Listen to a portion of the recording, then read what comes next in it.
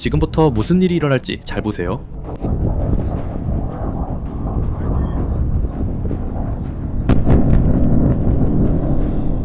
이 거대한 폭발은 얼마 전 동부전선 어딘가에서 우크라이나 군인이 촬영한 것입니다. 그는 휴대전화를 수평선 쪽으로 들고 있고 무언가가 오고 있다는 것을 알고 있습니다. 저기 하늘에서 떨어지는 것은 FAB-3000으로 러시아 무기고에서 가장 큰 유도폭탄입니다. 무게는 무려 3톤이고 그중 1400kg이 순수 폭약입니다. 이 폭탄이 만든 분화구는 깊이가 15m에 달합니다. 푸틴은 이런 무기를 막을 수 없다고 했고 2년 동안 그는 옳았습니다. 아부디우카 같은 도시들이 이런 폭격에 무너졌습니다. 하르키우는 수십 차례 공격을 받았습니다. 자포리자는 역시 마찬가지였습니다. 하지만 2025년 10월 단 일주일 만에 러시아는 이런 폭탄 1370개를 우크라이나에 투하했습니다. 같은 달 전선 700km 구간에서 869발이 떨어졌습니다. 이로 인해 얼마나 많은 사망자가 발생했을까요? 수백 명일까요? 수천 명일까요? 몇 개의 도시가 파괴됐을 거라고 상상하십니까? 제로입니다. 경미하게 다친 병사 8명 뿐입니다. 더 이상 없습니다. 파괴된 건물도 없습니다. 민간인도 다치지 않았습니다. 요격되지도 않았습니다. 격추되지도 않았습니다. 패트리엇 미사일 한 발도 사용되지 않았습니다. 우크라이나가 이런 일을 위해 알아낸 방법에는 농담 같은 점이 있습니다. 이걸 더 잘 이해하려면 먼저 이 무기가 실제로 무엇인지 이해해야 합니다. 그리고 그 답은 아마 놀라울 수 있습니다. FAB-3000은 미래형 기술이 아닙니다. 이것은 제2차 세계대전 이후에 만들어진 무유도 폭탄으로 소련 시절에 제조된 것입니다. GPS도 없고 엔진도 없고 아무런 지능도 없습니다. 비행기에서 자유낙하로 떨어지는 폭약이 가득 찬 금속 껍데기일 뿐입니다. 러시아는 이런 폭탄을 수십 년 동안 창고에 쌓아두고 수천 개씩 보유하고 있습니다. 2023년에 러시아 엔지니어들은 단순하면서도 파괴적인 아이디어를 떠올렸습니다. 그들은 이 오래된 폭탄에 키트를 장착했습니다. 투하 후에 펼쳐지는 접이식 날개입니다. GPS 수신기입니다. 작은 컴퓨터입니다. 갑자기 냉전 시대의 고철이 현대의 정밀 무기로 변했습니다. 이 키트는 UMPK라고 불립니다. 한 대당 약 25,000달러 정도입니다. 참고로 러시아 순항미사일 한 발은 1,000만 달러가 넘습니다. 이 방식의 천재성은 군사적인 것보다 재정적인 면에서 먼저 드러납니다. 하지만 불편한 점이 하나 있습니다. 이 키트의 전자부품 중 71%가 서방에서 온 것입니다. 텍사스 인스트루먼트, 인텔, 그리고 아일랜드와 일본 기업들에서 온 것이죠. 우크라이나에 떨어지는 모든 러시아 폭탄 안에는 서방 부품이 들어 있습니다. 제재는 모든 곳에서 새고 있습니다. 2년간 누구도 막지 못했습니다. 이 폭탄들은 너무 빨리 날아가서 제때에 탐지할 수 없습니다. 너무 작아서 레이더에 잡히지 않습니다. 그리고 너무 멀리서 발사됩니다.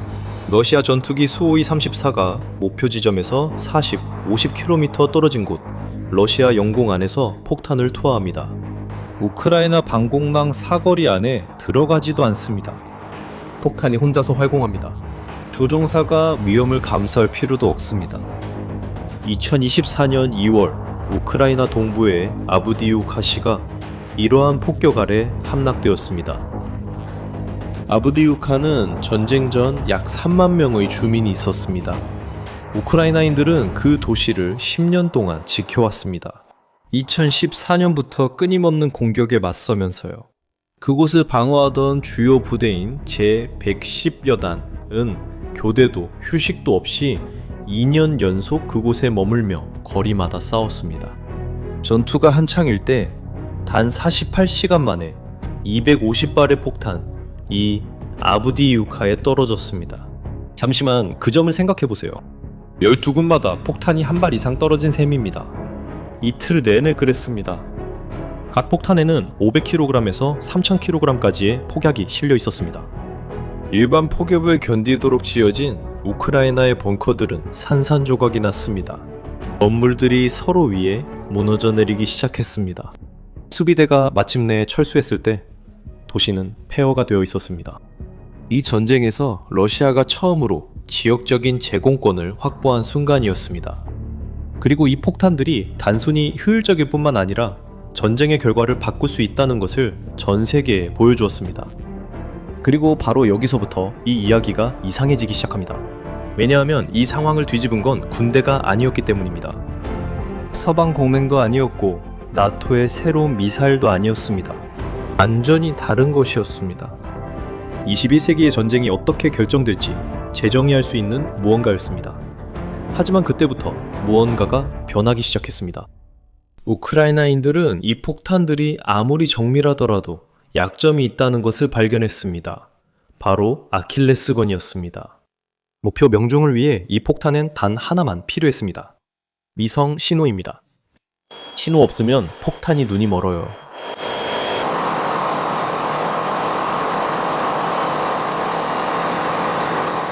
계속 날아가고 여전히 폭발하지만 자신이 어디에 있는지 완전히 알 수 없게 됩니다. 아무데나 떨어질 수 있습니다. 긴 들판이나 숲에 떨어질 수도 있습니다. 때로는 다시 러시아 영토에 떨어지기도 했죠. 그 신호만 방해하면 됐습니다. 우크라이나인들은 전파 교란 장치를 사용해 그 일을 시작했습니다. 이 장비들은 GPS와 같은 주파수로 라디오 잡음을 내보내서 폭탄의 컴퓨터가 아무것도 들을 수 없게 만듭니다. 이 신호를 포착하는 러시아산 안테나의 첫 번째 버전은 코메타라고 불렸습니다. 단 4개의 요소만 있었습니다. 4개의 작은 수신기가 근처에 간섭이 있어도 신호를 잡으려고 시도했습니다. 우크라이나 전파 교란 장치 4대만으로도 그것을 무력화할 수 있었습니다. 몇 달 동안 수백만 달러어치의 러시아 폭발물이 텅 빈 들판에 떨어지기 시작했습니다. 러시아 전투기들은 하나의 목표를 명중시키기 위해 8개, 10개, 16개의 폭탄이 필요하게 되었습니다. 정확도가 크게 떨어졌습니다. 하지만 러시아는 가만히 있지 않았습니다. 안테나를 업그레이드했습니다. 새 버전은 8개의 요소가 있었고 이전 버전의 2배였습니다. 우크라이나의 제머가 작동을 멈췄습니다. 우크라이나는 더 많은 장비에 투자했습니다. 러시아는 12개에서 16개로 요소수를 늘렸습니다. 새로운 버전이 나올 때마다 단 한 개의 폭탄을 격추시키기 위해 점점 더 많은 제머를 집중해야 했습니다. 결국 100개의 제머를 한데 모아도 최신 버전의 코메타를 막기에는 충분하지 않았습니다. 한 우크라이나 전문가가 이 경쟁을 제2차 세계대전의 애니그마에 비유했습니다. 그것은 깨는 것이 불가능해 보였던 나치의 암호화 기계로 영국 정보부가 마침내 해독할 때까지 수백만 명의 목숨이 희생되었습니다. 러시아의 코메타는 우리 시대의 애니그마가 되고 있었습니다. 그리고 우크라이나는 이 경쟁에서 지고 있었습니다. 바로 그 순간 이 이야기의 중심 인물이 등장했습니다. 그는 장군도 아니었고 과학자도 아니었으며 심지어 군인조차 아니었습니다. 2022년 2월 러시아의 침공이 시작된 첫 며칠 동안 우크라이나 민간인들로 이루어진 한 그룹이 키이우에서 영토 방위군에 자원 입대했습니다. 그들은 평범한 남성들로 나이는 35에서 40살쯤이었습니다. 그들은 군대 출신이 아닌 비즈니스 업계에서 온 사람들이었습니다. 그들 중 군사 훈련을 받은 이는 없었습니다. 이 그룹의 리더는 오늘날까지도 오직 코드네임으로만 알려져 있습니다. 연금술사. 이 작은 팀은 나중에 나이트워치라는 이름을 사용하게 되었고 우크라이나 정규군이 해내지 못했던 일을 해냈습니다. 그들은 옛 소련의 엔지니어들을 찾아갔습니다. 이들은 이미 오래전에 은퇴한 사람들이었고 소련 시절 군사연구소에서 일했던 사람들이었습니다. 이분들은 러시아 미사일과 폭탄 시스템이 내부적으로 어떻게 작동하는지 아직도 자세히 기억하고 있었습니다. 왜냐하면 수십 년 전 그 일부를 설계하는데 직접 참여했기 때문입니다. 나이트워치 팀은 버려진 공장들, 잊혀진 기록보관소, 그리고 아무도 찾지 않던 기술자들을 찾아냈습니다. 나이트워치 팀은 냉전 지식과 최신 디지털 기술을 결합했습니다. 그 팀은 30년 전에 끝난 전쟁을 참전 용사들이 도와주고 있었습니다. 그리고 그들은 자신들만의 제머를 만들기 시작했습니다. 정부의 지원금도 군대의 주문도 없이 1,005대의 장비는 그들 자신의 돈으로 직접 지불했습니다. 첫 번째 설치는 2023년 2월 우크라이나에서 가장 폭격이 심했던 두 도시 하르키우와 자포리지아에서 이루어졌습니다. 그들은 그 시스템에 리마라는 이름을 붙였습니다. 그리고 여기서부터 이 이야기의 이상한 부분이 시작됩니다. 제머를 만드는 것은 문제의 절반에 불과했습니다. 나머지 절반은 모두에게 그것이 실제로 작동한다는 것을 설득하는 것이었습니다. 그리고 이를 위해 비질리아 노트루나 팀은 세 가지 말도 안 되는 장애물을 해결해야 했습니다. 그중 첫 번째가 가장 뜻밖이었습니다. 바로 우크라이나의 방공망이었습니다. 리마가 가동되기 시작한 후 러시아가 수천 대를 구입한 이란제 공격 드론 샤헤드가 빈 들판에 떨어지기 시작했을 때 아무도 그게 제모 때문이라고 믿지 않았습니다. 패트리어트 운용 요원들과 대공포대 운용자들이 모든 격추의 공을 인정받았습니다. 우크라이나에서는 병사가 샤헤드 드론을 격추한 공로로 전국 뉴스에 보도됐습니다. 한 병사가 일반 기관총으로 그것을 쏘았다고 합니다. 비질리아 노트루나는 모든 것을 봤지만 증명은 못했습니다. 상황을 상상해보세요. 당신은 도시 전체를 구하는 시스템을 만들었습니다. 하지만 아무도 당신을 믿지 않습니다. 다른 사람들이 드론을 격추할 때마다 공을 가로챕니다. 적에게 기술을 넘기지 않고 어떻게 당신 장비가 작동한다는 걸 증명할 수 있습니까? 촬영으로는 안 됩니다. 기기를 공개적으로 보여줘서는 안 됩니다. 그래서 해결책은 내부 농담이었습니다. 알키미스타는 리마가 흥미로운 일을 하도록 프로그래밍했습니다. 시스템이 한 지역에서 활성화되면 그 지역에 들어오는 모든 GPS는 실제 위치가 아니라 특정 위치를 가리키게 됩니다. 신호는 당신이 페루의 수도 리마, 즉 13,000km 떨어진 곳에 있다고 표시했습니다. 맞아요. 우크라이나의 리마는 해당 지역 내에 어떤 기기의 GPS든지 자신이 페루 상공에 있다고 생각하게 만들었습니다. 그건 서명이자 보이지 않는 워터마크였습니다. 리마가 보호하는 구역 안에 있는 사람이라면 누구나 휴대용 GPS로 직접 시스템이 작동하는 것을 확인할 수 있었습니다. 화면만 읽으면 됐습니다. 페루. 그리고 그보다 더 중요한 것은 길을 잃은 러시아 드론마다 안에 새겨진 익살스러운 메시지이기도 했습니다. 두 번째 문제는 러시아가 코메타 안테나를 4요소에서 8요소로 업그레이드했을 때 나타났습니다.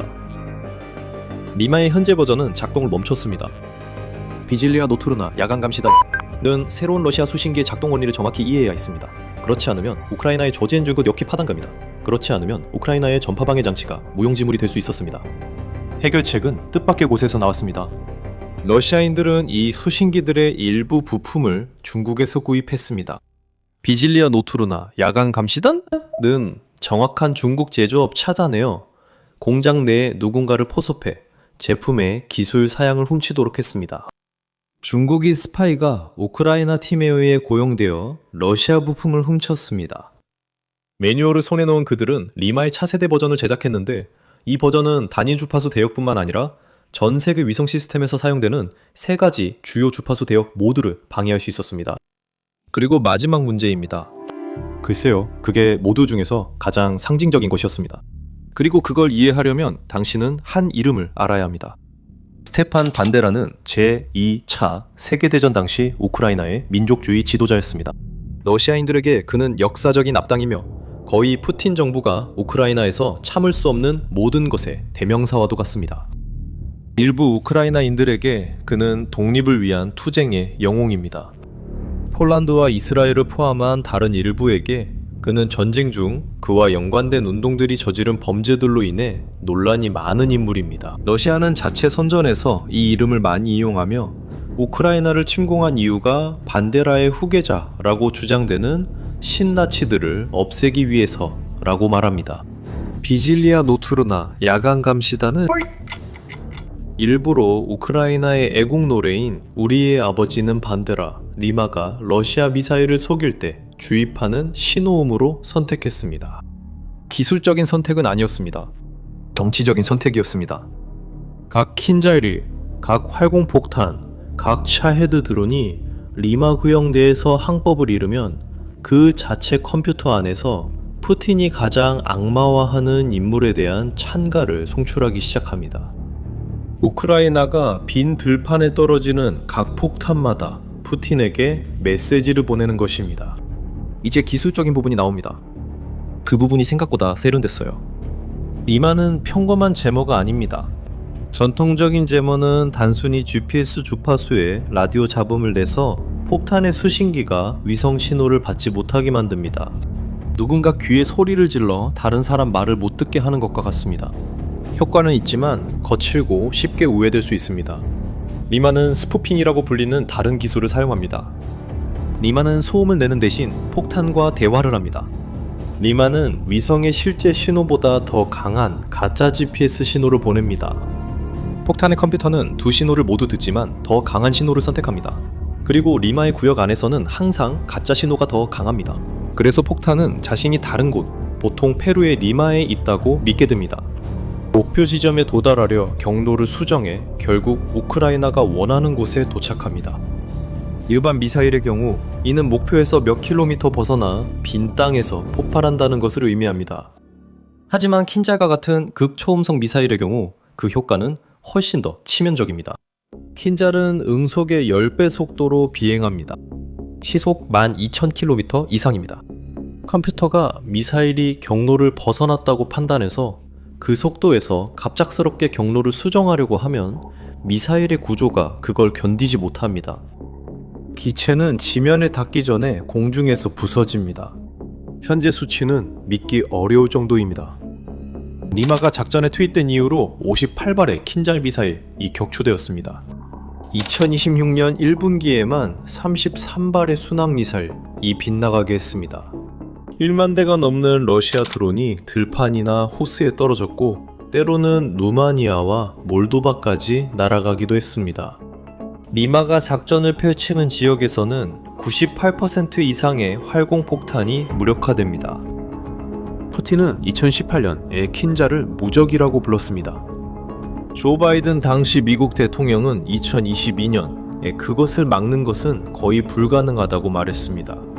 2025년 11월 단 2주 만에 야간 감시대가 그중 19기를 격추시켰습니다. 그리고 리마가 우크라이나에서 활동하는 동안 또 다른 전쟁이 동시에 벌어지고 있었습니다. 훨씬 더 시끄러운 전쟁이었습니다. 러시아의 모든 유도 무기의 두뇌인 코메타 안테나는 단 한 도시에서만 생산됩니다. 체복사리, 작은 추바시, 공화국의 수도로 러시아 중앙에 위치해 있으며 우크라이나 국경에서 975km 떨어져 있습니다. 그 공장은 러시아 기업 VNIIR 프로그레스의 공장입니다. 이곳에서는 코메타 안테나뿐만 아니라 이스칸데르 미사일과 칼리브르 순항 미사일용 부품, 심지어 핵 잠수함용 부품까지 생산합니다. 우크라이나는 이 공장의 정확한 주소를 알아내 물리적으로 파괴하려고 시도하기 시작했습니다. 첫 번째 공격은 2025년 6월에 있었습니다.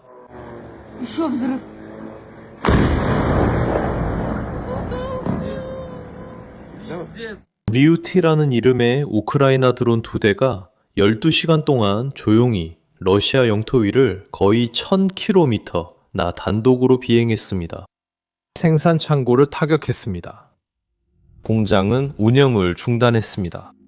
같은 해 7월에 다시 공격이 있었습니다. Опа, ты сюда летит, сюда летит, сюда летит, сюда летит.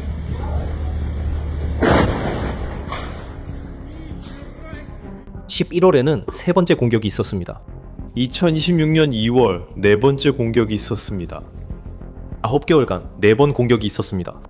각 공격마다 정보 수집 계획, 자율항법, 그리고 경로 어느 지점에서든 드론을 잃을 위험이 따랐습니다. 우크라이나는 러시아 무기를 전자적으로 무력화하는 것에 그치지 않고 있습니다. 가장 중요한 부품이 계속 생산되는 것을 막으려고 하고 있습니다.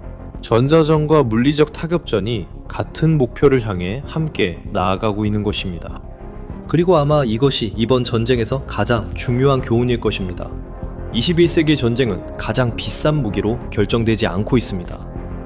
극초음속 미사일이나 스텔스 전투기, 3톤짜리 폭탄으로 전쟁이 결정되는 것이 아닙니다. 전쟁은 어둡고 작은 방에서 보이지 않는 소규모 팀들이 러시아의 가장 비싼 무기가 자신이 페루 상공을 비행하고 있다고 믿게 만드는 능력에 의해 결정되고 있습니다.